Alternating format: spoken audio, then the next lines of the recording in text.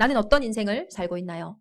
내가 결국 집중하고 있고 내가 사랑하고 있는 그것이 결국 나의 인생입니다. 하나님은 오늘 우리의 인생이 하나님의 것에 집중되어지기를 원하고 계시는 거예요. 그 본론 속에서 하나님이 하실 결론이 있기 때문이에요. 오늘 베드로와 그리고 요한이 어디에 서 있냐? 이 사내들인 공회 앞에 서 있는 거예요. 나사렛 예수 그리스도 이름으로 예루살렘의 모든 사람들이 알고 있는 나면서 안진뱅이 된 자가 일어난 거예요. 자신들이 십자가에 못 박혔던 가장 이단의 괴수여야 하는 예수의 이름으로 이 자기들의 힘과 자기들의 권력으로도 해결하지 못했던 그 문제가 해결되어진 거예요. 그러니 전 백성들이 수근수근 하는 거예요. 야, 그 예수가 그리스도가 맞나 보다. 그 예수가 메시아가 맞나 보다. 그럼 우리가 믿고 있는 저 대제사장과 저 서기관들, 저 바리새인들 뭐야? 막 수근수근 되는 큰 일이 발생한 거예요. 우리가 예수가 그리스도라는 이름을 듣는 것만큼 큰 일은 없어요. 이것만큼 정치와 경제와 사회와 문화를 잡고 있는 어둠이 내 인생에 방해하고 싶은 다른 일은 없어요. 어쩌다가 들은 우연한 복음이 아닙니다. 복음이 도대체 가지고 있는 것이 뭐길래, 도대체 나사렛 예수 그리스도 이름이 뭐길래 그 대제사장 온 문중이 모여서 해결해야 할 만큼 중대한 문제라는 거예요. 저와 여러분이 그걸 아셔야 돼요. 도대체 이게 뭐길래 이 복음 듣는 것을 지금도 어둠은 총동원하여 내 인생에 방해할 거예요. 내 인생에 속일 거예요. 왜요? 이것만 들으면 끝나니까요. 이것만 들으면 개인만 끝나는 것이 아니라 그 개인과 가정과 그 온 현장이 살아날 그 날이, 그 이름을 찬양할 그것이요 너무나 두려운 거예요. 중요한 시간입니다. 중요한 싸움이에요. 베드로가 자기에게 이 생명의 어떤 것도 티끌도 건드리지 못하는 아이들 앞에서도 예수 그리스도를 부인했던 자거든요. 아마 우리가 앞으로 보게 될 것은 예수님을 부인하는 장면일 거예요. 그런데 그게 아니에요. 베드로가 부인하기는커녕 도리어 이렇게 말합니다. 이에 베드로가 성령이 충만하여 이르되 백성의 관리들과 장로들아, 만일 병자에게 행한 착한 일에 대하여 이 사람이 어떻게 구원을 받았느냐고 오늘 우리에게 질문한다면 너희와 모든 이스라엘 백성들은 알라. 너희가 십자가에 못 박고 하나님이 죽은 자 가운데 살리신 나사렛 예수 그리스도의 이름으로 이 사람이 건강하게 너희 앞에 섰느니라. 이 예수는 너희 건축자들의 버린 돌로서 너희 사내들인 공회가 버렸지만 하나님께서는 이 버린 돌을 짐 모퉁이의 머릿돌이 되게 하셨느니라.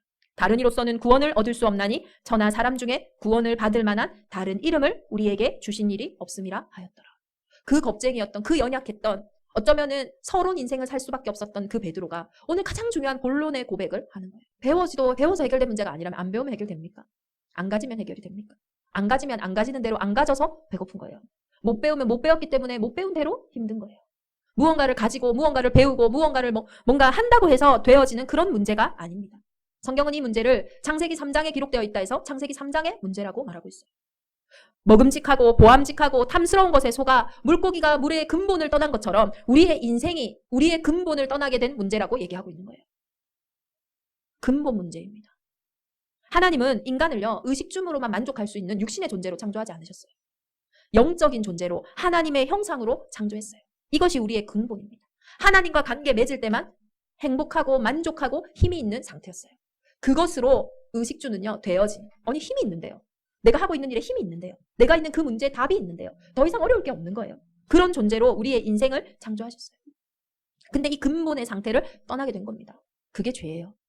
다른 게 죄가 아닙니다. 나의 근본을 떠나게 된 거. 그 죄로 인해 우리의 인생에 없던 것이 생겼어요. 그게 뭡니까? 죽음이에요. 한 번 죽는 것은 정해져 있으니 죽음 이후에는 심판이 있다고 얘기하고 있어요. 우리의 인생에 죽음이 왜 들어왔냐? 왜 인생이 죽게 됐습니까? 죄로 인해 들어온 거예요. 그 죄가 무엇입니까? 우리의 근본이 떠남으로, 무너짐으로 생긴 문제예요. 이 죽음의 권세를 붙잡고 있는 존재가 있습니다. 성경에만 말하고 있어요. 사단, 마귀, 귀신, 어두움이에요. 이 죽음의 권세를요 다 붙잡고요. 어떻게 합니까? 끊임없이 인생을 속이고 끊임없이 인생을 두렵게 만들고 끊임없이 인생을 아프게 만드는 거예요. 스스로도 이해 안 되는 문제를요 자꾸 가져다 주는 거예요. 별일도 아닌데요. 작은 일인데 상처받게 만들고 싸우게 만드는 거예요. 왜 싸움이 됩니까? 누가 잘못해서 맞겠죠. 그런데요 자꾸 서로가 이해되지 않게 틀리게 보도록, 잘못 보도록 그렇게 되는 거예요. 내가 답답해하는 그 사람한테 물어보니 그 사람도 내가 제일 답답하대요. 내가 가장 화나는 그 사람한테 물어보니 그 사람도 내가 제일 화난대요. 해결이 안 되는 겁니다. 내가 답답하고 내가 화나고 다 피해자 맞아요. 진짜 가해자가 따로 있으니까요. 자꾸 오해하게 만듭니다. 자꾸 상처받게 만듭니다. 자꾸 싸우게 만듭니다. 그래서 내 인생을 빼앗아 버리는 거예요. 내 생각을 빼앗아 버리는 거예요. 내 마음을 빼앗아 버리는 거예요. 작은 말이고 작은 일인데 인생을 흔들 만큼 생각과 마음이 완전히 무너지는 겁니다. 사건과 사고가 계속 일어나니까요. 오늘은 괜찮겠지. 내일 또 일어나요. 내일은 괜찮겠지. 자꾸 다른 문제로요. 사건과 사고가 계속 일어나니까 어때요? 힘든 겁니다. 편안할 날이 없어요. 그러니까요. 잠도 못 자요. 하나님은 사랑하는 자에게 잠을 주신다 했거든요. 우리가 편안하지 않을 때 제일 안 되는 게 뭐냐? 잠이 먼저 안 와요. 자도요. 자는 게 아니에요. 안식이 없어요. 평안이 없어요. 우리의 육신은 영을 담고 있어요. 내 영혼이 편안하지 않으니까요. 살리는 것은 영인데 내 영이 그 근본이 무너져 있으니까요. 육신적으로 하는 모든 것들이 힘내는 거예요. 그럼 어떻게 됩니까? 굳어 있죠. 경직돼 있죠. 편안하지 않죠. 그러니 육신이요. 병이 들어요. 병원에 가도 이유가 없대요. 또 이유를 알아도요. 그 약을 먹어도요. 혹은 치유를 해도요. 그 근본이 변화된 게 아니니까요. 또 옵니다. 자꾸 반복되어져요. 그렇게 가정생활, 사회생활 뭐 하나 마음대로 되는 것 없이 살다가 죽는 거예요. 이유가 뭔지 모르고 있다가 이유도 모르고 그냥 죽는 겁니다. 이것이 서론 인생이에요. 그렇게 살라고 주신 인생이 아닙니다. 그런데 그렇게 살아가는 거예요. 답이 없으니 뭐 하나 되는 거 없이 그냥 그 속에 머물러서 휩쓸려서 살아가는 거예요. 억울하지도 않죠. 왜요? 사단이 눈을 가렸으니까요. 그런가 보다. 탁 잡혀가지고요. 가스라이팅 그 말처럼 진짜 나도 왜 이런지 모르고 그냥 그러고 있는 거예요. 참 슬프죠, 인생이. 하나님이 이렇게 제자리 걸음하는 우리의 인생에 찾아오신 거예요. 자꾸 그 문제만 오면 제자리 걸음하는 나의 인생에 그 마음만 들면은 다 큰 어른인데도 어린아이와 같이 되어버리는 그 마음의 상처 속에 하나님이 오늘 찾아오신 거예요. 내 인생의 본론을 가지고요. 본론 대신 그분이 찾아오신 거예요. 그리고 나에게 선물 주신 거예요. 더 이상 제자리 걸음하지 말고 이제는 근본의 나를 찾는 그 길을 선물로 주신 거예요. 더 이상 내 운명에서 피하려고 이리저리 하지 말고 그 운명을 완전히 바꾸는 해방받는 그 선물을 주신 거예요. 어둠이 무너지는 완벽한 길인 빛으로 그 빛의 선물을 우리에게 주신 겁니다. 그 선물이 복음이에요. 우리가 은혜로 받은 그 선물이 복음이에요. 나사렛이란 동네에 오셨어요. 그 이름이 자기 백성을 저희 죄에서 구원할 자예요. 예수. 그분이 하신 일이 그리스도의 일을 하신 거예요. 왜 그 구원자가 그리스도의 일을 하셔야 됩니까? 구원하시려고 보니 우리의 인생에 와 있는 근본의 문제가 있기 때문이에요. 그 근본의 문제로 온 경제 문제, 그 근본의 문제로 온 삶의 문제, 정신 문제, 내 인생의 문제가 우리를 너무 도둑질하는데 도저히 해결할 길이 없기 때문에 하나님이 직접 사람의 몸을 입고 오신 거예요. 예수 그리스도의 가장 큰 사랑이 그 사랑인 거예요. 자기를 내어주신 거예요.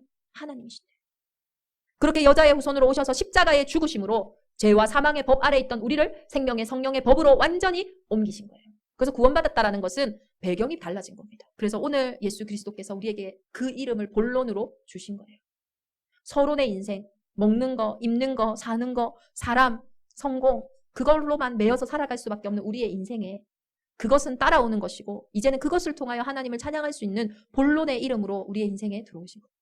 본론이 내 인생에 들어오므로 우리의 인생이 본론이 되어진 겁니다. 그들이 베드로와 요한이 담대하게 말함을 보고 그들을 본래 학문 없는 범인으로 알았다가 이상히 여기며. 못 배워도 괜찮아요. 그들이요 사내들인 공회의 지식보다 더 높은 고백을 하는 거예요. 그러니까 놀라는 거예요. 야, 이 사람 이런 사람이 아닌데. 그리스도 예수 안에는 그 본론에는 지혜와 지식과 모든 보화가 다 숨겨져 있습니다. 나에게 적지 마세요. 내가 할 수 있다 없다 내 수준에 내 기준에 넘어지지 마세요. 고백하잖아요. 다른 사람이 보고 또 전에 예수와 함께 있던 줄도 알고 또 병나은 사람이 그들과 함께 서 있는 것을 보고 비난할 말이 없느니라. 본론 인생을 살면요 비난할 말이 없어요. 왜요? 증거가 있으니까요. 이 사람이 예수와 함께 있던 예수의 제자도 맞고 그리고 이 옆에 서 있는 사람은 날 때부터 안전뱅이 된 자가 맞으니까요. 그 증거 앞에 비난할 말이 없는 거예요. 하나님 우리 인생에 이렇게 보호자가 되어주시고 변호사가 되어주시면 더 이상 내가 내 인생을 변명하지 않아도 돼요.